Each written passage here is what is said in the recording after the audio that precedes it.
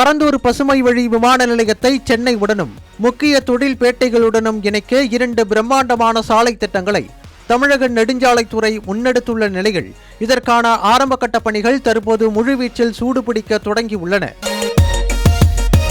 பரந்தூர் பசுமை வழி விமான நிலையம் வருமா வராதா என்ற விவாதங்கள் ஒருபுறம் நிற்காமல் ஓடிக்கொண்டிருக்க, மற்றொரு புறம் அமைதியாக தனது அடுத்த கட்ட காய் நகர்த்தல்களை தொடங்கியிருக்கிறது தமிழக அரசு. முதல் திட்டமாக ஏற்கனவே இருக்கும் பள்ளூர் சோகண்டி சாலையை அகலப்படுத்துவது. சுமார் 23.8 கிலோமீட்டர் நீளம் கொண்ட இந்த மாவட்ட முக்கிய சாலையை 60 மீட்டர் அகலத்திற்கு மாற்ற திட்டமிடப்பட்டுள்ளது. இதில் சிறப்பம்சம் என்னவென்றால், விமான நிலையத்தின் எல்லை பகுதியை ஒட்டி சுமார் 9.2 கிலோமீட்டர் தூரத்திற்கு இந்த சாலை மாற்றி அமைக்கப்பட உள்ளது. 4 வழி சாலையாக உருவாக போகும் இந்த சாலையின் இருபுறமும் சர்வீஸ் சாலைகளும் அமைக்கப்பட உள்ளன.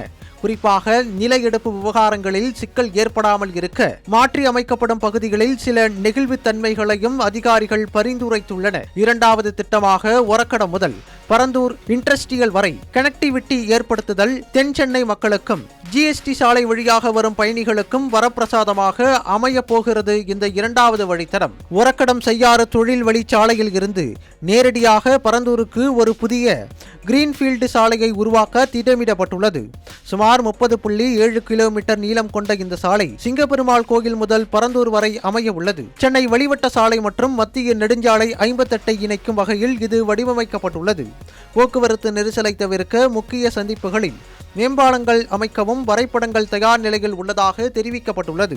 இந்த 2 சாலைகளுக்கான விரிவான திட்ட அறிக்கை தயாரிப்பதற்கும் நிலம் கையகப்படுத்துவதற்கும் ஆகும் செலவை தமிழக தொழில்துறை ஏற்கும் என தெரிகிறது.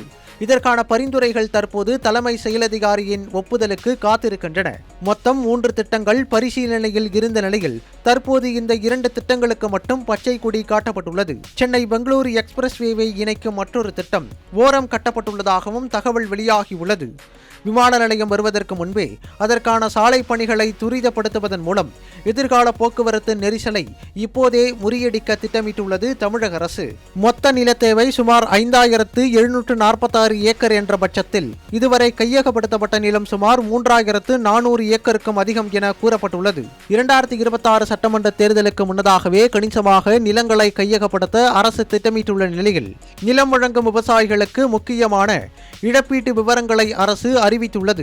அதன்படி சந்தை மதிப்பை விட 3.5 முதல் 7 மடங்கு வரை கூடுதல் இழப்பீடு வழங்கப்படுகிறது. ஒரு ஏக்கருக்கு 35 லட்சம் முதல் 2.57 கோடி வரை நிலத்தின் இருப்பிடத்தை பொறுத்து விலை நிர்ணயம் செய்யப்பட்டுள்ளதாகவும் தகவல் வெளியாகியுள்ளதால் விரைவில் மேற்கூறிய 2 பிரம்மாண்ட சாலை திட்டங்களும் சாத்தியப்படும் என எதிர்பார்க்கப்படுகிறது.